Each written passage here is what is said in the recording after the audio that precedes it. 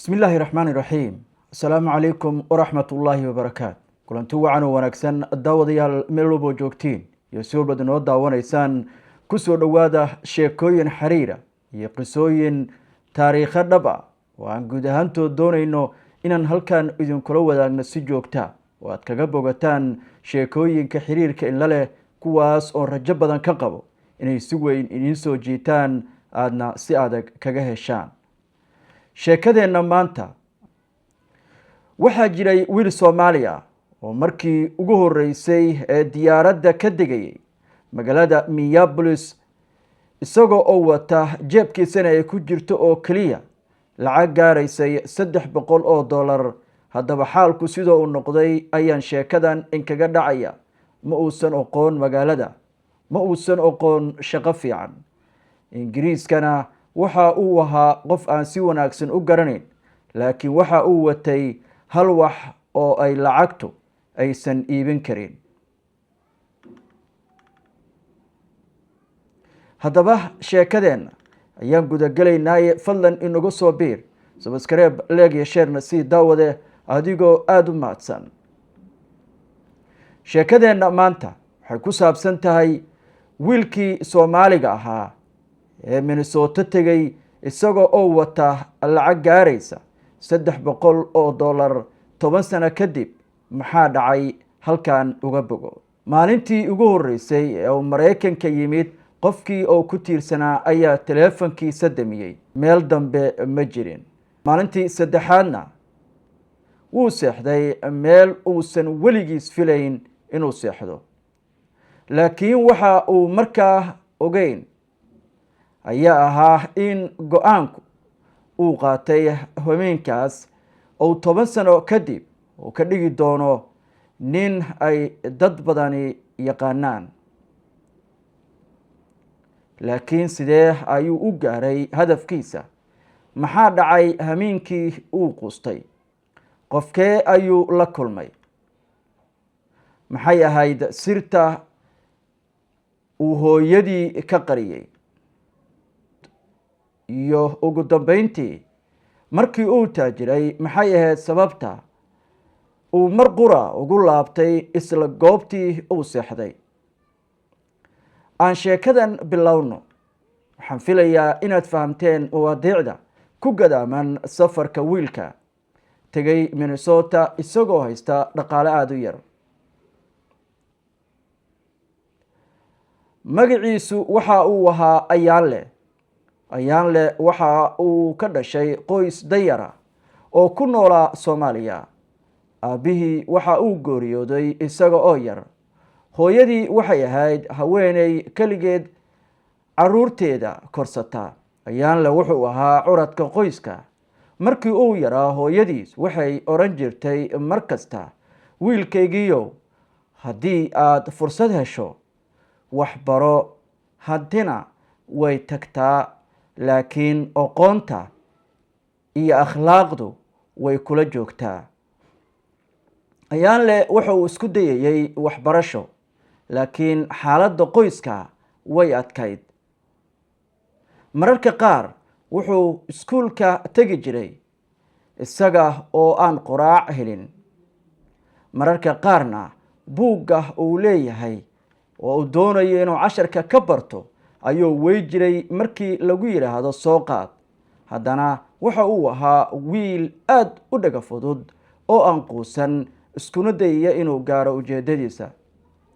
maalin ayuu helay fursadda uu dibadda uu ugu safro, ugana tegayo gudaha dalka Soomaaliya. qoyskiisii oo dhan waxay u arkeen inay tahay bilow cusub. hooyadii waxay iibisay dhowr waxyaabood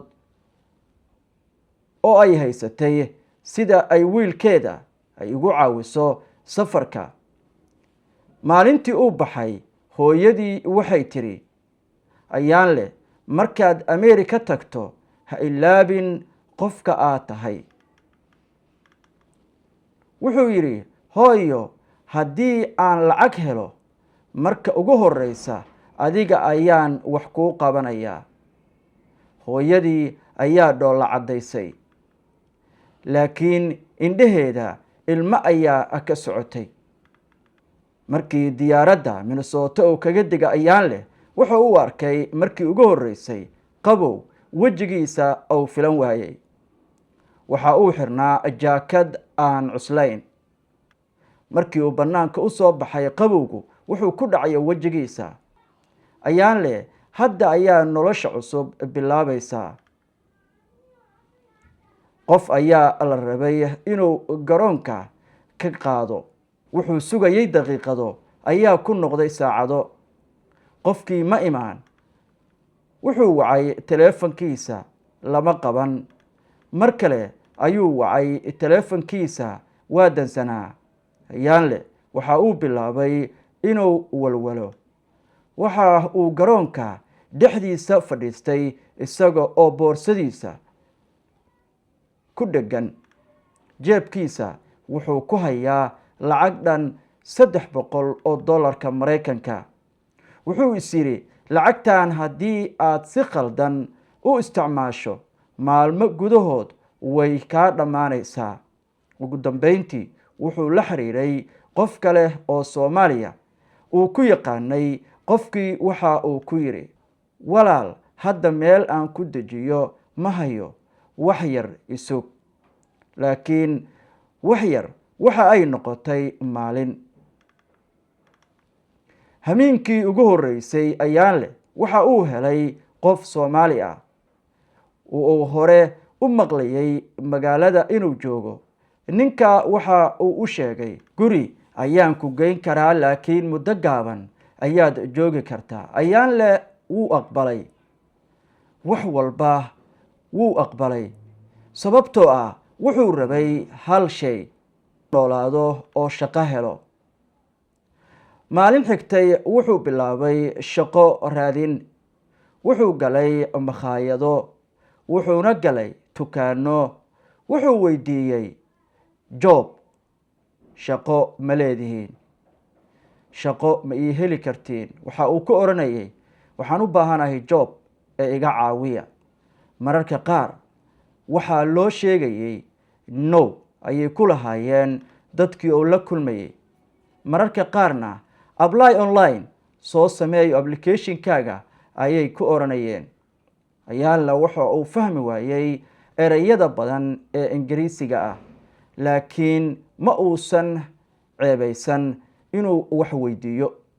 wuxuu qoray erey cusub. wuxuu qoray ereyo cusub oo ay ka mid ahaayeen work, shift, manager, interview, schedule iyo sidoo kale ereyo kale. habeen kasta wuxuu ku celcelin jiray. maalmo kadibna wuxuu helay shaqo yar. lacag badan ma ahayn laakiin wuxuu is yiri shaqo kasta oo xalaal ah waa bilow cusub. maalin ayuu shaqada ku arkay nin da ah oo Soomaali ah. ninka waxaa la oran jiray Maxamuud wuxuu arkay ayaan leh oo had iyo jeer leh shaqada kadib buug yar akhrinaya. wuxuu weydiiyey maxaad akhrinaysaa? ayaan leh wuxuu yiri English ayaan baranayaa. Maxamuud wuu qoslay. ma waxaad rabtaa inaad luqadda barato? markaasuu wuxuu ku jawaabay ha, yes.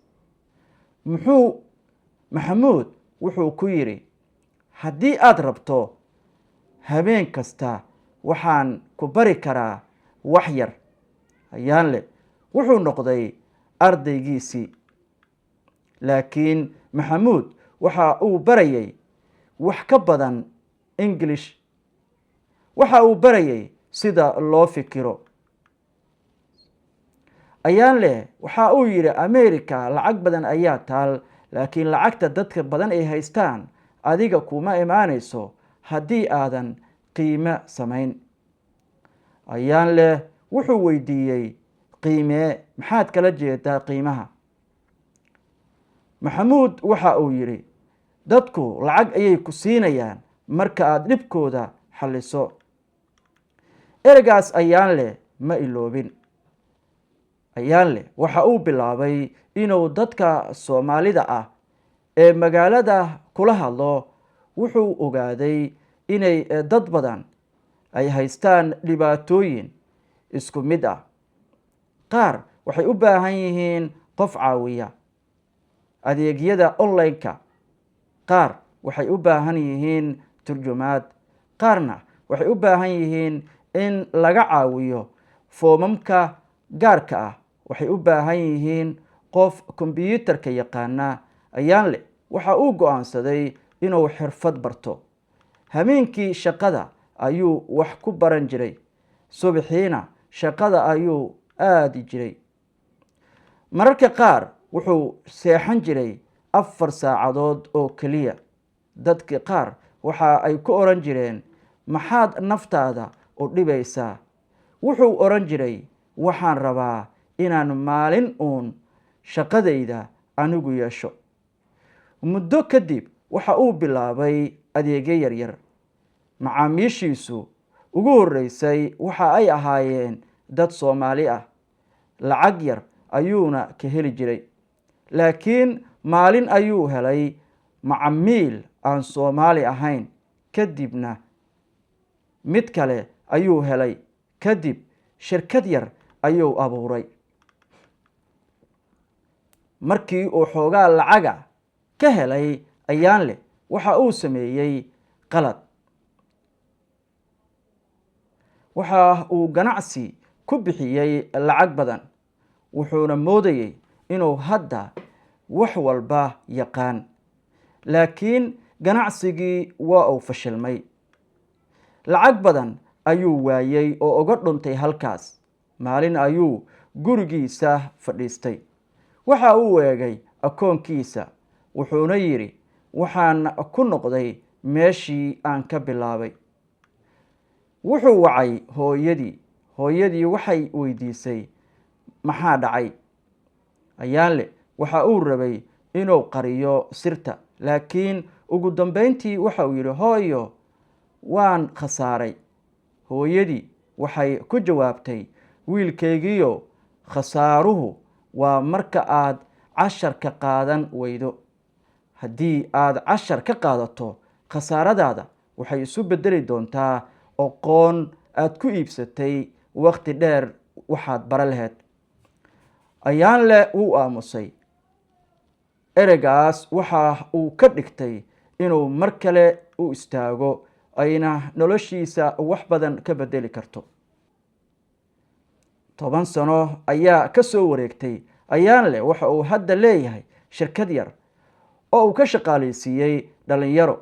Waxa uu bilaabay inuu dad kale shaqo siiyo.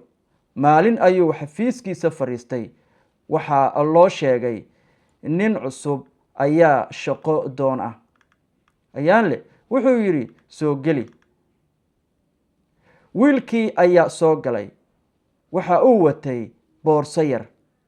Waxa uu ekaa qof cabsi qaba. Ayaanle waxa uu ku yidhi, maxaad taqaan? Wiilkii waxa uu yidhi, wax badan ma aqaan, laakiin waan baran karaa. Wixii aan arko waana qaban karaa. Ayaanle ayaa dhoolla caddeeyay. Wuxuuna xasuustay naftiisa xilligan maanta laga joogo 10 sano ka hor, sidii uu ahaa inuu soo marayo shakhsiga u soo galay xafiiskiisa. Wuxuu ku yidhi, fadhiiso oo soo dhowow. Wiilkii wuu fadhiistay. Ayaanle waxa uu siiyey fursad shaqo, taas oo si weyn u farxad gelisay. Laakiin Ayaanle ayaa sameeyay dib u laabasho kale. Laakiin Ayaanle waxa uu lahaa hal arrin oo qalbigiisa ku hartay. Garoonkii uu markii ugu horeysay uu yimid ee uu ka soo degayay dalka Mareykanka, maalin ayuu gaarigiisa raacay. Wuxuuna tegay meeshii uu 10 sano ka hor fadhiyay, isaga oo wata $300. Waxa uu fadhiistay kursigii agtiisa ahaa. Wuxuuna xasuustay qabowgii adkaa ee xilligaas uu dareemayay. Wuxuu xasuustay cabsidii xoogganeed ee haysatay. wuxuu xasuustay markii taleefanka laga qaban waayey. kadibna wuxuu soo saaray taleefankii hooyadii ayuu wacay isagoo goobtii fadhiya. wuxuu ku yidhi, hooyo, ma xasuusataa maalintii aan Ameerika imid? waxay tidhi, sidaan u iloobi karaa maalintaas? wuxuu yidhi, hooyo, ii sheeg. waxaan rabaa inaan kuu sheego hal wax. maxay tahay? ayay ku tiri hooyadiis. riyadii aad ii dirtay way rumowday. hooyadii ayaa aamustay. kadibna waxay tidhi, aniga lacag kuuma dirin, waxaan kuu diray rajo. ayaanle indhihiisa ilmo ayaa ka timid. marka la eego sheekadan, waa sheeko leh saameyn weyn oo laga dareemi karo in waalidku ay lafdhabar u yihiin tallaabo kasta oo aad qaadayso. go-aanku waa qayb ka mida nolosha. go-aanku waa qayb muhiima oo ay tahay in si dhab ah aad mar kasta ugu baraarugto. mar kasta oo aad go-aan leedahay waa mar kasta oo aad gaarto guushaada. ayaanle waxa uu ogaaday in noloshu aysan ahayn mar walba inaad hesho lacag, oo aad u baahan tahay mararka qaar inaad hesho fursad, wax fahamsiin iyo sidoo kale talooyin muhiima. markaan eegno qaybaha ugu dambeeya sheekadeenna, bal aan eegno ayaanle iyo xaalkiisu sida uu yahay. ayaanle wuxuu ogaaday sidoo kale in noloshu aysan mar walba ku siin waxa aad rabto. mararka qaar waxay ku siisaa fursad qarsoon oo ku dhex jirta, ayuu yidhi, dhibaatada. 300 ee uu watay ma ahayn hantidiisa ugu weyneed ee uu haystay. hantidiisa ugu weyn waxay ahayd dulqaad, aqoon, shaqo, akhlaaq iyo sidoo kale inuu diiday inuu qusto. intaasoo idil waxay gacan ka siiyeen inuu ka noqdo 10 sano kadib Mareykanka qof si weyn looga yaqaano, dadkuna ay garanayaan. mar kasta oo culayska ku soo fuula, aadan quusan, saameynna uusan kugu yeelan. taas waxay door weyn ka qaadan kartaa horumarka noloshaada, horumarka mustaqbalkaaga, iyo inaad garab istaagto cidda aad doonayso inaad caawiso oo caawintaada u baahan. haddii aad maanta meel adag taagan tahay, ha isu malayn in sheekadaadu ay halkaasi ku dhammaatay. waxaa laga yaabaa inaad bogga aad hadda ku jirto uu yahay bogga ugu xanuunka badan, laakiin waxaa laga yaabaa inuu yahay bogga ugu horreeyey ee guushaada. qofna ma garanayo waxa uu bari ou noqon karayo. imise ayaad aragteen qof maanta dhaqaale haystay oo saakay ka lacag la, shalana ahaa taajir, ay dadka dhan ku ixtiraamaan inuu yahay taajir, maantana ah mid ka mid a faqiiriinta ugu culus ee ku nool gudaha markaas deegaanka oo ku sugan yahay. daawadayaal, markaan eegno sheekadan, waxaan ka baran karnaa nolosha dhabta ah ee ka jirta qurbaha. qoftu way tegaysaa, dalkeedii ayay ka tegaysaa, waxay leedahay hadaf iyo riyo ay doonaysa inay ka dhabayso. laakiin dadkeenna qaarkood ma ka dhabeeyaan ahdaaftooda iyo riyooyinkooda, mise markay dibadaha tagaan way fashilmaan oo waxay noqdaan kuwo aan waxba qabsan. ka waran ayaanle maalintii uu tegay Minnesota, lacagta $300 oo watay, qofkii uu la hadlay oo rab inuu ku dego, taleefankii ay ka dansatay oo ay ka qaban weysay, kii uu ka wacay Soomaaliyana oo ku yidhi, iisug, waan kula soo hadli, ee ay maalmo qaadatay haddii uu isdhiibi lahaa oo halkaas noloshiisa uu ka dhici lahaa. ka waran markii uu lacagta geliyey shirkadda oo uu ku guuldaraystay inuu tallaabooyin horumar la qaado oo halkaas uga timid khasaaraha hadduu isdhiibi lahaa. ka waran haddii hooyada oo dhowr jeer rajo badan gelisay ay rajo beel ku abuuri lahayd. waalidku iyo dadka kuu dhow waa kuwa kuugu dhow ee mar walba raba inaad tallaabo hore u qaado. dadka kuugu dhowi waa kuwa adiga aad ku dhalay, iyo tusaale ahaan dadka aad kugu sii dhow markaad tahay nin reer leh ama aad tahay gabar reer leh ama waa ninkaaga ama waa naagtaada.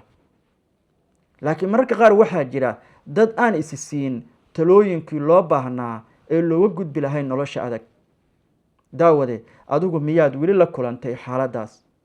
haddaad Mareykan tagtay, Canada tagtay, Ingiriiska tagtay ama waddan kale tagtay, weli ma ku qabsatay culayska aan ka sheekeynayno ee qabsada ayaan leh maalintii ugu horreysay oo tegay magaalada Minnesota. sheekooyinka halkan aan kula wadaagayno waa sheekooyin dhab ah, waa qisooyin soo dhacay, haddana dhacaya. maanta oon kula hadlayo ayay garoomada ku haysataa dhacdo taa la mid ah. dad badan oo aan hubnaa ama adigana daawanaya ayaaba ah qof ay dhacdadaas weli ku dhex jira. noloshu ma ahan marka inaad quusato oo aad u aragto inay soo gabagabowday noloshaada ama mustaqbalkaaga aad ku xirto nolol ay u muuqato in aad ka gudbi karto culayskeeda. mid kale ogaaw, culays kasta oo maanta ku haystaahi wuxa uu badbaadin karaa midda mustaqbalkaaga. waxaad ka baran kartaa cashar. marka aad khasaartay oo weliba ay dhibaatadaadu ay noqoto mid iska soo jireena, waa marka aad wax ka baran weyso xaaladda adag ee aad ku jirto. waa muhiim inaad wax ka barato dhacdooyinka ku soo wajahaya. cidna ha eedin, cidna ha ku tiirsanaanin, cidnana ha u daba fariisan waxa aad isleedahay noloshaada waad ka hormari kartaa. noqo qof isagu aaminsan inuu istaago booskii oo qof walba uu istaagi lahaa oo isagu isku filaada. noqo qof mar walba noqda qof aaminsan in isagu uu yahay halka kaliya ee guushiisu ay ku xiran tahay. ogsoonow inaad guul gaarto waa wax adiga kugu xiran. guul daradana waa wax adiga aad sababteeda leedahay. laakiin adiga maxaa kula gudboon inaad dadaasho, rabbina aad tala saarato. muhiimadda ugu weynsa kow waa rajada, go-aanka, quus la-aanta iyo tala saarashada eebbe oo loo baahan yahay inaad mar walba tala saarato. weli miyay dhacday qof dadaalay oo dadaalkiisii ku fashilmay? haa, waa dadaali kartaa waana fashilmi kartaa, laakiin ma baabi'i kartid. marba haddaad dadaalayso wax way kaa halaabi karaan, waxna way kaa dibdhici karaan, waxna way kaa khaldami karaan. laakiin inaad dhammaantaa fashilanto oo wixii dhammaa kaa khasaaraan marnaba suurtagal ma noqonayso. sidaas daraaddeed noloshaadu inay hormarto adiga ayay kugu xiran tahay. sida sheekada bilowga aad fahamteen, odagii maxamuud ahaa wuxuu ku yidhi ayaan leh, dadku waxay wax ku siinayaan marka aad danahooda aad qabato ama adigu aad danahaaga qabsato. soomaalidu waxay ku maamaahaan ninkii qada haysta ninkii quraac haysta ayay soomaalidu qada ugu dartaa. dadka soomaalida ama dadka duniduba markii ay ogaadaan inaad xilan tahay, siiba soomaalidu markay ogaadaan inaad xilan tahay oo maanta waxaysan oo noloshaada dhulka gashay, dhammaantood way kaa kala tegayaan. xataa hadduu yahay kii kula dhashay ama tii kula dhalatay ama ehelkii kugu dhowaa, way kaa dhaqaaqayaan. ilaa dad yar ayaa kugu soo hari doona oo kula joogi doona ilaa maalinta quustaada. laakiin ogsoonow, qofta maalinta aad dhiban tahay ood shaqo la-aanta tahay oo duruufuhu ku haystaan kula jooga, midka saxdaa, asadka saxdaa, hantida aa haysato waa shaqsigaas. maalinta marka aad wax hesho oo aad dhaqaale hesho oo aad dhibka ka baxdo ood culayska ka baxdo, ha iloobin inaad noqoto qof wanaagsan. dib u xasuusta intii garab taagneed, ogaada intii meesha cidlada uga tagtay, isagoo aan noqon qof aarsada, qalbigiisa wanaagsan yahay. markastoo adiga qalbigaaga wanaagsan yahay waa markasta oo aad guulaysato. markasta oo aad guulaysatana waxay ku xiran tahay hadba sida daacadnimadaada, dadaalkaaga, quus la-aantaada ayay ku xiran tahay. daawadayaal, waxaan rajaynayaa halkan sheekooyin taariikhi ah, aada u wanaagsan, xiise leh, in soo jiita, aada uga heshaan, noloshiina dhabtaa ka hadlaya ayaan halkan kula wadaagayaa. waxaan xoogga saari doonaa dhammaan nolosha ku gadaaman soomaalida iyo meel kasta oo ay dunida ka joogaan, siiba soomaalida tagtay qurbaha oo qaarkood guulo waaweyn oo la taabo karo ay nolosha ka gaareen. qaybo badan oo ka midana ay nolosha sidii loo baahnaa inay guul kaga gaaraan aysan kaga gaarin. waxaan rajaynayaa inaan halkan ku baranno asxaab badan oo inagu soo biirta garab inagu siisa inaan gaarno meel wanaagsan inoo suurto gelisa inaan ku dhiirano shaqadeenna oo daawasho wanaagsan subscribe like share bana siisa waxaad uga boganaysaan qiso iyo taariikh saameyn leh oo si weyn wax uga bedeli karta noloshaada soo dhawow xilli kasta iyo waqti kasta ayaan heegan kuugu jirnaa sidaan uga shaqayn lahayn soo gudbinta sheekooyin xiiso leh oo ku soo jiidanaya kuwaas oo aad ka heli karto xiriiran la leh noloshaada kama hadlaya cid kale adiga ila hadlaya ayay xiriir la leedahay noloshaada ama dibadda joog ama gudaha joog soo dhawow mar kale maalin wanaagsan daawadayaal haddii habeen kuu taana habeen wanaagsan haddii subax kuu taana subax wanaagsan iyo galab wanaagsan meel walba joogtiin waxaan leeyahay isma dhaafno halkana sheekooyin xiiso leh ayaanu kugu soo gudbin doonaa codka dalka subscribe like iyo share noo siiya daawadayaal waad mahadsantihiin haddaa hore noola joogteen fadlan waad mahadsantihiin inala jooga oo share iyo like noo sameeya haddaadna hore inoola joogina hadda soo dhawaada oo share iyo like iyo comment intaba noo sameeya la jirkiinuna markasta wuxuu ii yahay muhiimad gaar ah wuxuuna ku xiran guushayda